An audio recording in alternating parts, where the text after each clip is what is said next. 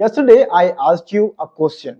The question is why we are not able to speak English after completing our school or college. हमने school में, college में class 1 से लेकर के class 12 तक, उसके बाद ग्रेजुएशन तक हमने इंग्लिश पढ़ा।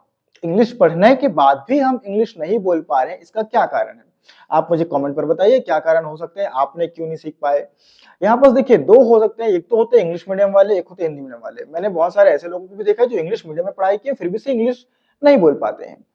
I don't know what's the reason, but one thing I just want to teach you and one thing I just want to tell you. आज हम यहाँ पढ़ने नहीं आए या फिर मैं आपको पढ़ाने नहीं आया, आज हम बस डिस्कस करने आए हैं, ठीक है ना?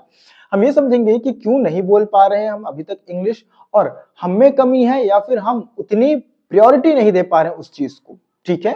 देखिए हमने स्कूल में, जब भी हम स्कूल में एडमिशन लेते हैं, जनरली हमने तो पढ़ाई कर लिया है, ठीक है ना? अब आज के जो भी बच्चे एडमिशन ले रहे हैं, तो वन थिंग हमको समझना पड़ेगा कि हम इंग्लिश में दो चीजों को हमको समझना है। पहले एक होता है इंग्लिश का सब्जेक्ट और एक होता है language, is it right? And you need to understand this very carefully. Why? Subject जब हम पढ़ते हैं मतलब कि हमने इंग्लिश में वो हर चीजें पढ़ी विच आर नेसेसरी, जैसे कि हमने चैप्टर्स पढ़े, स्टोरी पढ़े, और हमने everything like is am are पढ़ा, वॉज वर पढ़ा, हैव हैज क्या होता है वो हमने पढ़ा, ए एंड द पूरा पढ़ा हमने, सम एनी पढ़ा, everything we have learned. Okay, हमने प्रॉपर एग्जामिनेशन दिए और हम अच्छे नंबर भी पाए। हमने पढ़ना सीख गया, ओके, हमको पढ़ना आता है English, everything we know, okay, but we are not able to speak English. अब सब्जेक्ट का कनेक्शन स्पीकिंग इंग्लिश से है ही नहीं।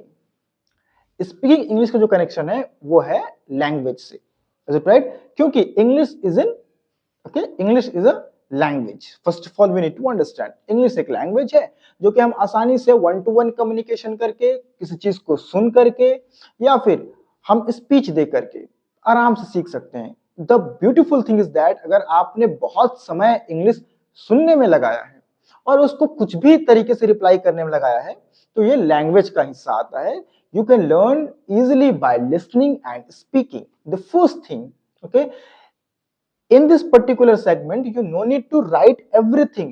Okay, what are the tenses? Okay, हमको ये क्या करना है, कहाँ लगाना है, कहाँ लगाना है, is am are, बिल्कुल भी आवश्यकता नहीं है। But in this school, we have learned first of all, which is, okay, correct grammar, where to use, what to use, when to use, everything we have learned.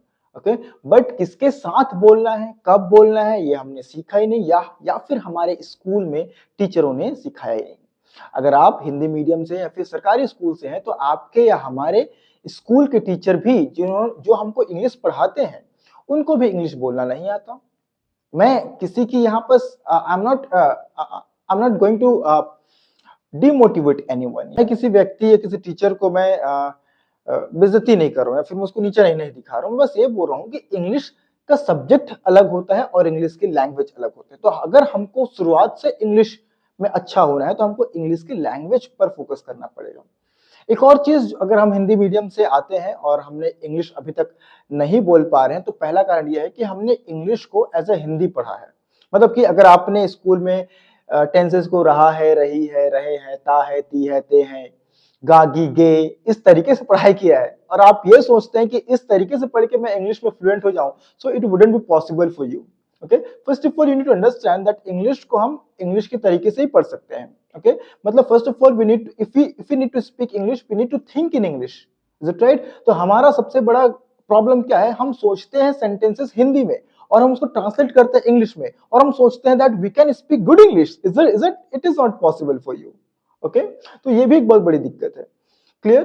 तो इस तरीके से क्या होता है, तो सबसे पहले अगर मैं आपको इसका सॉल्यूशन बताऊं तो सॉल्यूशन ये होगा कि हमको शुरुआत से ही we have to think in English. And कैसे? हमको हर एक चीज को, जो हमने चीजें हिंदी में पढ़ी, जो चीजें हमने ग्रामर हो गया चाहे कोई भी चीज हमने हिंदी में पढ़ी, उसको हमको इंग्लिश में करना पड़ेगा। We have to build a habit, we have to make a habit to think in English directly. Okay, उस पर हम ट्रांसलेशन नहीं करेंगे। अगर हम ट्रांसलेशन करेंगे तो हम परेशान हो जाएंगे and we will not learn, okay, like English native speaker. Clear? That's the point. तो हमने जो चीजें टच करी वो क्या है, हमने इंग्लिश को एज अ सब्जेक्ट पढ़ा है स्कूल में और कॉलेज में लैंग्वेज के तरीके से नहीं पढ़ा है।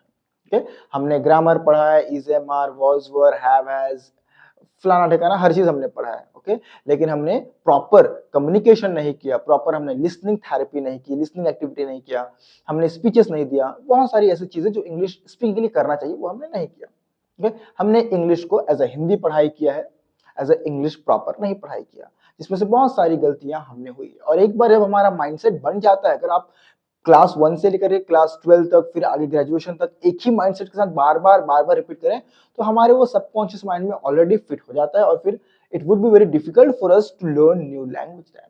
Is it right? तो अगर अभी से if you want to learn English, it can be very easy for you. आपको डायरेक्टली इंग्लिश में सोचना पड़ेगा, रोज you have to write in English, रोज you have to read English, every day you have to practice English speaking. It would be very easy for you in just 3 to 4 months. You will be become great English speaker in just 2 to 3 months or 4 months. Is it right? When you follow English to English. Thank you so much for listening me.